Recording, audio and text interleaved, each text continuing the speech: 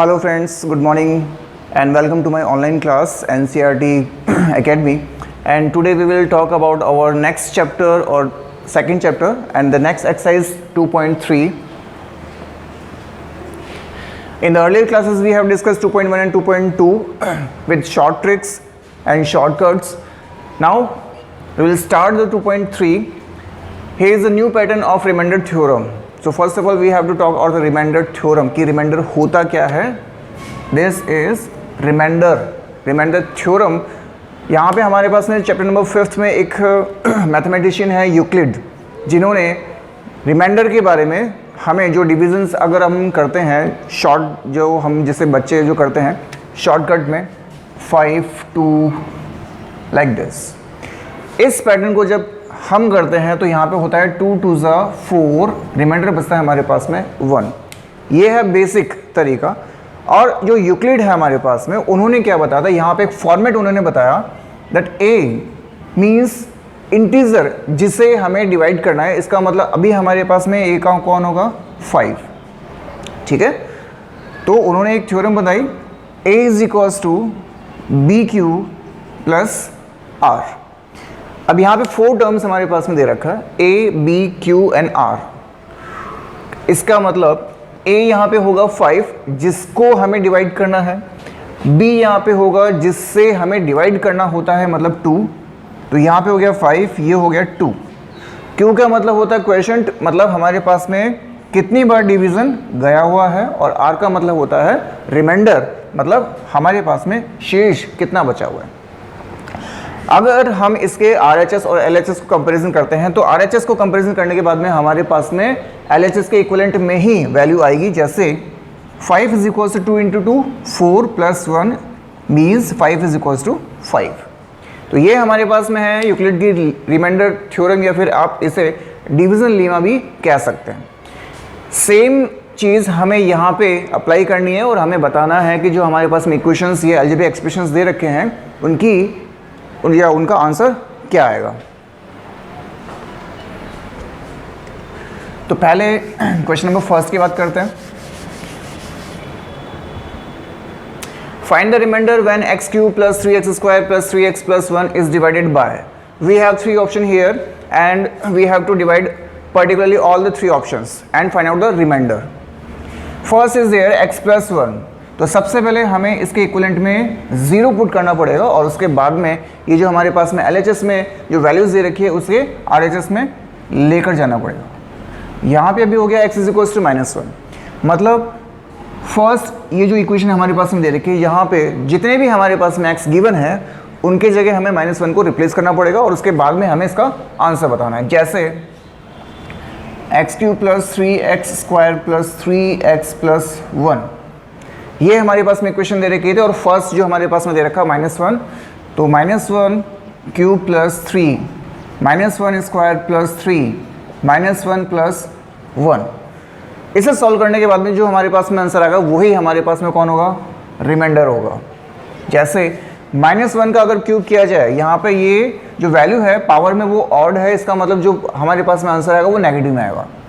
-1 plus 3 into -1 की power अभी even में है तो हमारे पास में पॉजिटिव आंसर आएगा, इसका मतलब 1.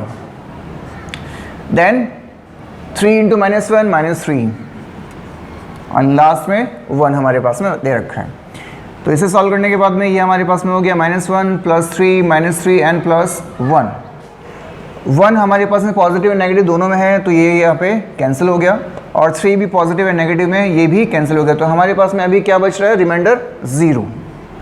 मतलब x प्लस 1 इस इक्वेशन का एक फैक्टर है. फैक्टर का मतलब ये इसे कंप्लीटली डिवाइड करेगा, और अगर कंप्लीटली डिवाइड करेगा इसका मतलब हमारे पास में रिमाइंडर कुछ भी नहीं बचेगा, तो हमारा आंसर होगा 0 पहला. नेक्स्ट हमारे पास में ऑप्शन दे रखा है x माइनस 1/2. तो यहाँ पे भी हम 0 लिख रहे हैं, और ये हो जाएगा 1/2 पॉजिटिव में. तो जो हमने एक्सपेरिमेंट फर्स्ट वाले पे किया है वही हमें इस पे भी करना है सेकंड वाले पे. तो एक बार देखिए, फर्स्ट हमारे पास में इक्वेशन ऑलरेडी दे रखी है, इसमें हम पुट कर रहे हैं x क्यूब का मतलब हो गया 1/2 क्यूब प्लस 3 स्क्वायर का मतलब हो गया 1/2 square plus 3 again 1/2 and plus 1, ये हमारे पास में इक्वेशन। ठीक है, 1/2 का अगर क्यूब किया जाता तो वो हमारे पास में होता 1/8 प्लस 1/2 स्क्वायर का मतलब 1/4, बट 3 का मल्टीप्लिकेशन में दे रखा है, और ये हो गया 3/2 एंड लास्ट में 1। यहाँ पे जो 1 था वो न्यूमरेटर में दे रखा है, डिनोमिनेटर में कुछ भी नहीं है, इसका मतलब हमें इसमें 1 पुट करना पड़ेगा।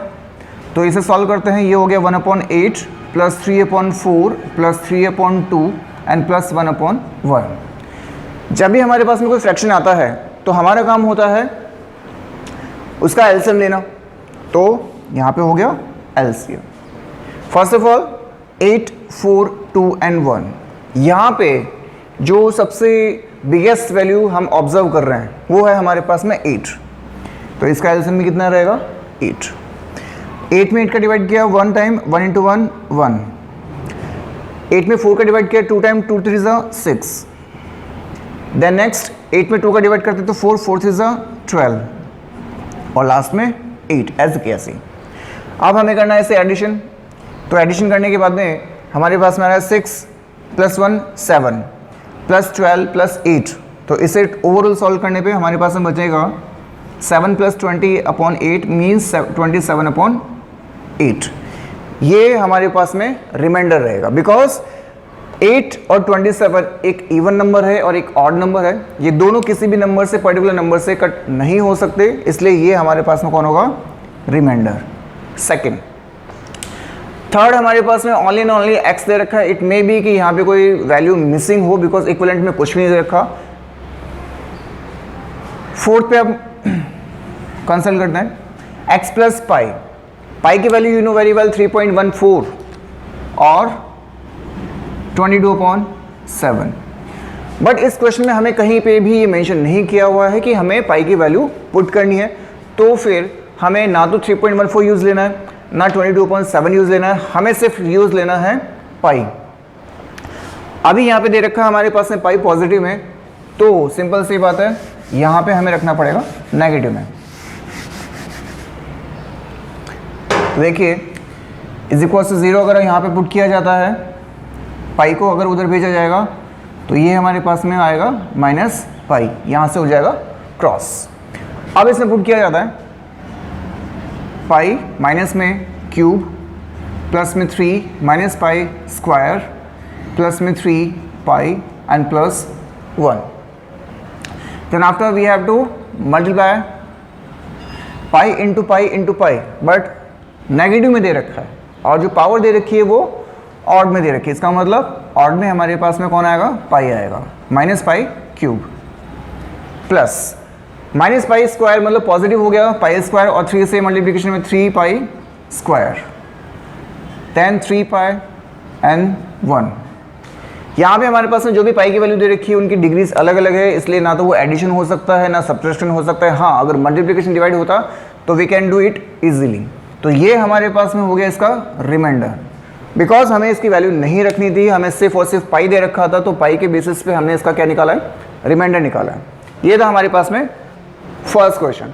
और लास्ट जो है हमारे पास में इसका फिफ्थ जो पार्ट दे रखा है उसमें हमारे पास में बन रहा है =0 मतलब -5/2, क्योंकि 5 पहले हमारे पास में एक कांस्टेंट दे रखा है और 2 जो है वो कोफिशिएंट है, इसलिए सबसे पहले कांस्टेंट को हमें लिया जाता है, उसके बाद में कोफिशिएंट को लिया जाता है। तो ये हमारे पास में बन गया -5/2 और इसके बाद में ये इसमें पुट किया जाएगा और उसके बाद में हमें रिमाइंडर निकालना है।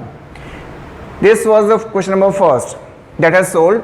Now question number second, find the remainder when x³ - ax² + 6x - a is divided by x - a। Find the reminder.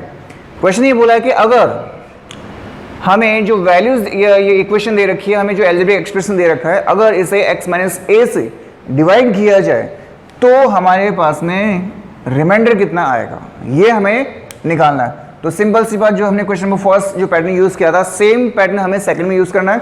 मतलब जो हमारे पास में डिवाइजर दे रखा है x - a जो दे रखा है, हमें क्या करना पड़ेगा, सबसे पहले we have to put 0 in equals to, then after cross multiplication मतलब a की वैल्यू हमारे पास में कितनी रखनी है, सॉरी x की वैल्यू हमारे पास में कितनी रखनी है, a रखनी है।